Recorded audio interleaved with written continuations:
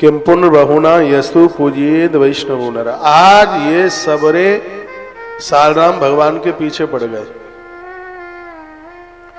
वैसे ही धर्म के ऊपर बड़ा कुठाराघात हो रहा है। बचे खुचे लोग हैं, उनको और तुम बोल दो कि ये मत करो, ये करो, माताओं को रोक लगा दो, सब कुछ बेचारी करने वाली वही है।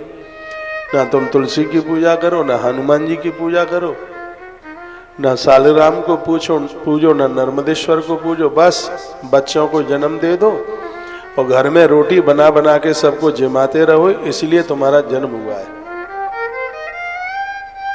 यह अनादि काल से बहुत बड़ी विडंबना रही है।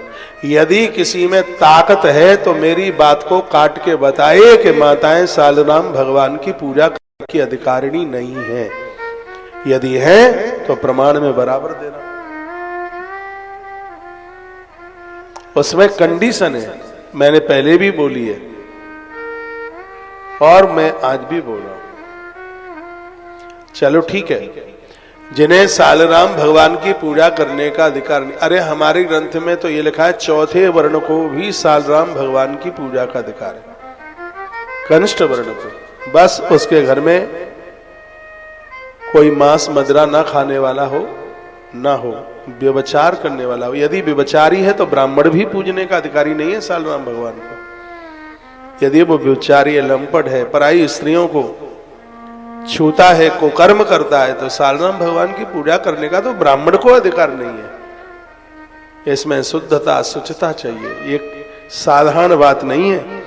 भगवान महादेव कहते हैं गंगा के किनारे, भोलेनाथ बाबा ने कहा कि गंगा के किनारे 1000 करोड़, 1000 करोड़ कैसे कहते हैं, 1000 करोड़ शिवलिंग निर्माण करके और 8 युगों तक काशी में वास करने से जितना पुण्य प्राप्त होता है, उतना ही फल भगवान सालराम भगवान की पूजा करने वाले भक्त को प्राप्त होता है।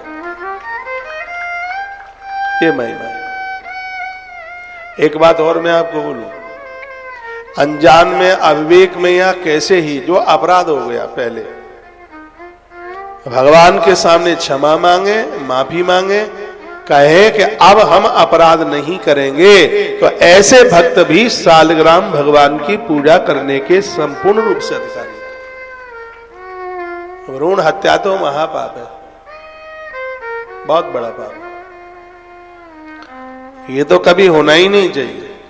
हुआ है, माफी मांगे, गलती, और भगवान को कहें हो गई गलती प्रभु, अब ये गलती दोहराई नहीं जाएगी। तो भगवान तो बहुत बड़ा भुलक्कड़ है, वो तो हाल ही क्षमा करता है।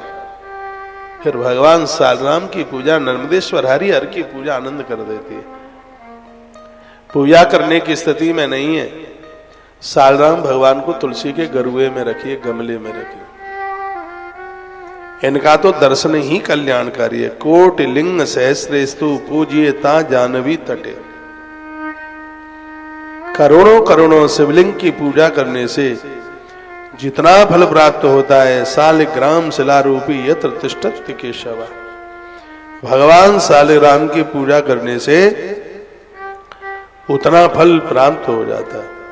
चांद्रायणी सुचिर शिवा पृथ्वा पादोदकम मरे। चांद्रायण व्रत करने से जो फल प्राप्त होता है, भगवान सालग्राम की पूजा करने से वही फल प्राप्त होता है। सनातन धर्म के मूल देव हैं भगवान सालग्राम, और भक्तों के ऊपर कृपा करने के लिए ही वह धरती पर पधारे हैं। सालग्राम भगवान की बहुत बड़ी महिमा का वर्णन किया गया। भगवान कहते हैं पुत्र, सालग्राम शिला की महिमा के लिए किसी के पास कोई शब्द नहीं। कितने कितने वहीं से प्रणाम करके जा सकते हैं, ऊपर नहीं आएंगे। 1 से लेकर के 24 सालग्राम तक पूजा करने का अधिकार है। पद्म पुराण में लिखा है 24 तरह के सालग्राम, 1.25 लाख सालग्राम पूजने की विधि का वर्णन किया है। 1.25 लाख सालग्राम, इतना है पूजन कर सकते हैं। 24 तरह के सालग्राम होते हैं। उनकी आकृति 24 तरह की है। क्यों 24 ही, क्यों कम ज्यादा क्यों नहीं है? कहते हैं कि भगवान नारायण के 24 अवतार हुए हैं। जो 24 अवतार हुए हैं वही 24 अवतार 24 प्रकार के सालराम भगवान के रूप में प्रकट हो गए हैं। इतना बड़ा महात्म्य भगवान सालराम का है। आज धन त्रयोदशी, धन त्रयोदशी की आप सभी को बहुत बहुत मांगलिक बधाई, शुभकामनाएं। बेल वृक्ष का दर्शन करना, एक दिया जला करके रखना, थोड़ा कच्चा दूध जल में मिला करके चढ़ा देना। शाम को आज प्रदोष है, भगवान महादेव की पूजा करना।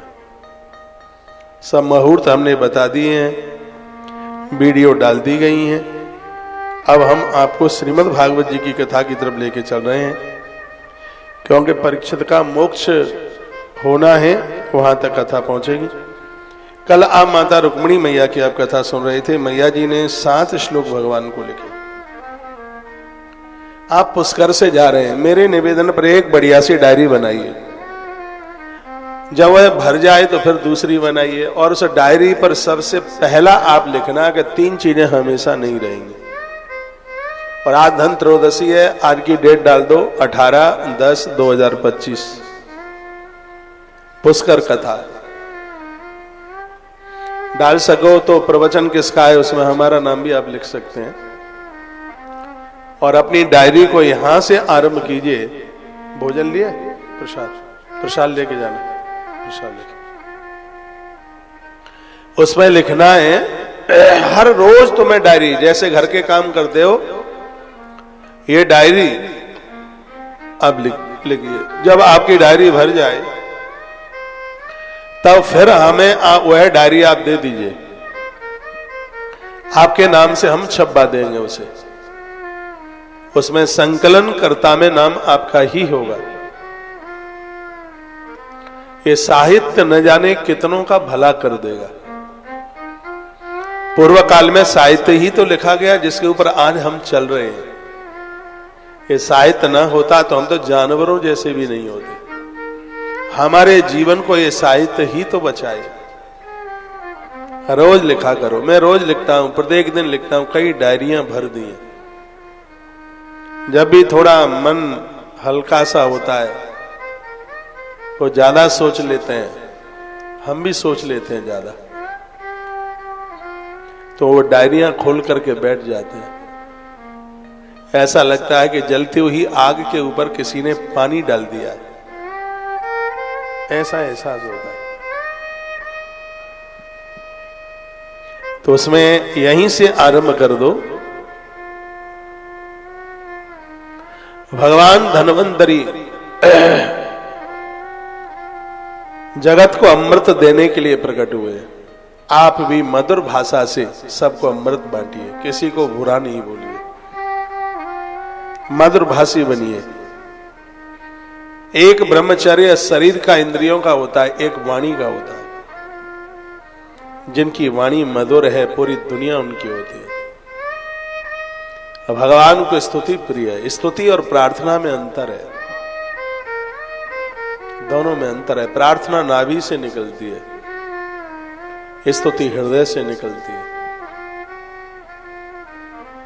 फॉर्मेलिटी की जाती है, वो सिर्फ जीभ से निकलता है, वो तो फॉर्मेलिटी। नाभि से निकले या हृदय से निकले, दोनों कल्याणकारी है।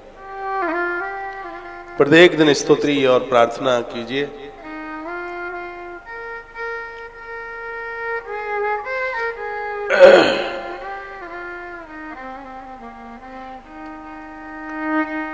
तीन बातें लिखिए कि 3 चीजें हमारे और आपके पास हमेशा नहीं रहेंगी। एक तो जो टाइम आज है वो नहीं रहेगा। 2 पैसा भगवान ने दिए, ये नहीं रहेंगे। जो आज स्वास्थ्य है वो भी नहीं रहेगा। आज जो फिजिकल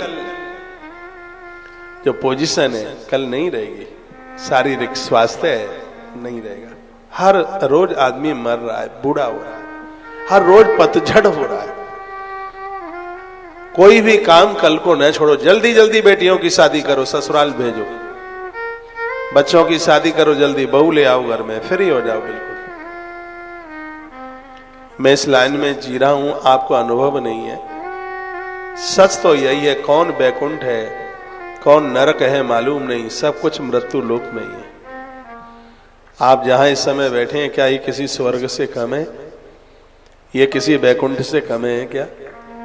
जहां रोज लात पनियां हो रही हैं, लड़ाई झगड़े हो रहे हैं, कलह हो रहा है, परिवार में ही एक दूसरे के ऊपर मुकदमा कर रहे हैं, यही नरक है। देर मत करो। आप छोड़ेंगे तो सही, लेकिन तब छोड़ेंगे जब बहुत देर हो गई होगी। अब बिल्कुल देर नहीं कीजिएगा। यहां से जाने के बाद जल्दी से जल्दी कामों को निपटा दो। मेरे महाराज जी, मेरे गुरुजी प्रवचन में एक बड़ी अद्भुत बात कहते हैं धरती के शहंशाह आप हैं, 3 बातें अपने जीवन में धारण कर लो बस। वो कहते हैं एक तो समय का सदुपयोग, और एक विचार, और एक संकल्प। ये 3 नहीं है तो मेरे गुरुजी कहते हैं तो मनुष्य हो ही नहीं। यदि किसी के जीवन में 3 बातें, आज ही मैं सुन रहा था उनको सुबह भोर में, किसी ने मुझे पूछा कि आपको प्रवचन किसका अच्छा लगता है। मैंने कहा प्रवचन तो सबका अच्छा ही होता होगा, लेकिन मुझे मेरे गुरुजी का अच्छा लगता है, क्योंकि मैं उनको सुनता हूं रोज। इसलिए मेरे गुरुजी महादेव हैं, उनकी वाणी नाभि से उठती है। आप सुना करें उन्हें। थोड़ा जटिल तो होगा, थोड़ा धीमे समझ में आएगा, लेकिन जब समझ में आएगा तो जीवन बदल देगा। ऐसा है। उन्होंने कहा कि तुम तरक्की के पीछे भाग रहे हो और तुम्हारे अंदर एक इतनी बहुत बड़ी गलती हो गई। गलती तुम कर रहे हो, जो तुम्हारे पास नहीं है उनकी तुम बड़ाई में लगे, और जो तुम्हारे पास में है तुम्हारे काम में लगे उनकी तुम आलोचना कर रहे हो, उनको तुम बुरा भला बोल रहे हो। जो चले गए छोड़ के उनके प्रशंसा के गीत गा रहे हो, जो तुम्हारे कोई काम के नहीं है वो चले गए। लेकिन जो तुम्हारे काम में लगे हैं, तुम्हारे पास में हैं, तुम्हारे सहयोगी हैं, और उनकी तुम आलोचना कर रहे हो, तो तरक्की कैसे होगी तुम्हारी? ये मेरे महाराज जी के शब्द हैं और मैं आपके बीच में उन्हीं की वाणी बोल रहा हूं। बहुत अद्भुत है उनका शब्दकोश। बहू आपके पास में है, बहू की आलोचना करते हो, बेटी ससुराल चली गई है उसकी बड़ाई में लगे। ठीक है, बड़ाई करो मत करो बुराई, लेकिन जो 24 घंटे तुम्हारे पास में, सास तुम्हारे पास में, उसकी तुम आलोचना करती हो। मां पीछे रह गई है, उसकी तुम बड़ाई में लगे हुए। जो तुम्हारे इर्द गिर्द है, मेरे पास ये संगीत वाले है, टीम है मेरी, बहुत अच्छे लोग हैं भाई, माइक वाले है, ये टीम है मेरी। अब मैं इनको कहूं तुम कुछ नहीं जानते, फलाना आदमी इतना कुछ जानता है, वो इतना जानता है, इतना जानता है, तो इनका हृदय कितना कमजोर होगा। मेरे इन बच्चों में से कोई कहे कि महाराज जी आपकी कथा उतनी अच्छी नहीं है जितने वो साहब इतनी अच्छी कथा करते हैं, वो इतनी बढ़िया करते हैं, तो बुरा तो मुझे भी लगेगा ना। बिल्कुल लगेगा, क्यों नहीं लगेगा। ये मैं सिर्फ अपने ही लिए नहीं, मैं सबके लिए कह रहा हूं। ये बच्चे सब काम में लगे हैं, इनके लिए हमसे बड़ाई न निकले। और जो हमारे पास नहीं है और उनके लिए हम प्रशंसा के गीत गाएं, तो जो तुम्हारे जो काम में लगे हैं उनके हौसले को तुम इतना कमजोर कर रहे हो कि ये तुम्हारी बातें तुम्हारी तरक्की के रास्ते में बैरियल बनने वाली हैं। समझ लेना। आप कितने भी व्यस्त क्यों ना हो, अपनों को समय दीजिए। अपनों को तरक्की कोई ऐसा नहीं कहती है कि तुम अपनों को समय ना दे पाओ। परिवार को समय दो, बच्चों को समय दो, पत्नी को समय दो, पति को समय दो, भाइयों को समय दो, और भी हैं आपके परिवार में, कुनबे में, थोड़ा टाइम निकाले। लोग कहते हम आई एम वेरी बिजी, मैं इतना व्यस्त हूं कि मेरे पास टाइम ही नहीं है, समय ही नहीं है। नहीं है, दीजिए। मन बड़ा खुश होता है अच्छे लोगों से बात करने के लिए। मैंने आज सुबह एक महात्मा को फोन किया, मेरी माला पूरी हुई थी, जब करते हो मेरा मन कर रहा था, तो उन्होंने कहा कि महाराज जी आज आपने इतने लंबे समय के बाद और आपका फोन आया, मैं बड़ा खुश हूं। कैसे फोन कर लिया? मैंने कहा जो मेरे अपने होते हैं जिनसे हमें कुछ सीखने को मिलता है, जिनसे बात करने में हमें खुशी मिलती है, प्रसन्नता मिलती है, उनको मैं बात कर लेता हूं, उनको मैं फोन लगा लेता हूं। ये मैं अपने लिए नहीं बोल रहा हूं, मैं आपके लिए भी बोल रहा हूं। आप भी जो अपने अच्छे हैं, नेक इंसान हैं, जब जब कहीं आप दिमाग आपका बॉडरेशन में है, तो उनको बात करके आपको शांति मिलेगी, आपको अनुभूति होगी। वो आपकी भाभी भी हो सकती है, भैया भी हो सकता है, माँ बाबूजी भी हो सकते हैं, सास ससुर भी हो सकते हैं, रिश्तेदार संबंधी भी हो सकते हैं, वो कोई भी हो सकता है। आपकी तरक्की खूब होगी, अपनों को अपने से दूर मत कीजिए। ईश्वर ने बड़ी कृपा करी है और हम आए हैं प्रेम के लिए, स्नेह के लिए, कुछ अच्छा करने के लिए, कुछ अच्छा बनने के लिए। लोभ की प्रवृत्ति ना हो, लालच ना हो, उदारता हो। और मैंने उदार लोगों को देखा है, उदार लोग कभी भूखों नहीं मरते, ये मैंने देखा है। मैंने लोभियों को भूखे मरते देखा। मैंने ऐसे ऐसे पैसे वालों को देखा है, उनके पास में करोड़ों की दौलत है, लेकिन बैंक उन्हें 10 लाख रुपए की गाड़ी खरीदने के लिए भी लोन नहीं दे सकती। पैसा करोड़ों में, लेकिन 10 लाख रुपए का लोन नहीं मिलेगा उनको, क्योंकि उन्होंने टैक्स नहीं दिया सरकार को। वो टैक्स देते ही नहीं है, तो मरेंगे तो गड्डी और डाल दो उनके ऊपर, फिर तो यही होगा। समर्पित भाव से कहते हैं कि धरती के सगरे पेड़ खत्म हो जाए, जो मैंने पढ़ा है वो मैं आपको निवेदन कर रहा हूं। धरती के जितने पेड़ हैं सब समाप्त हो जाएं, परमार्थ जीवन जीने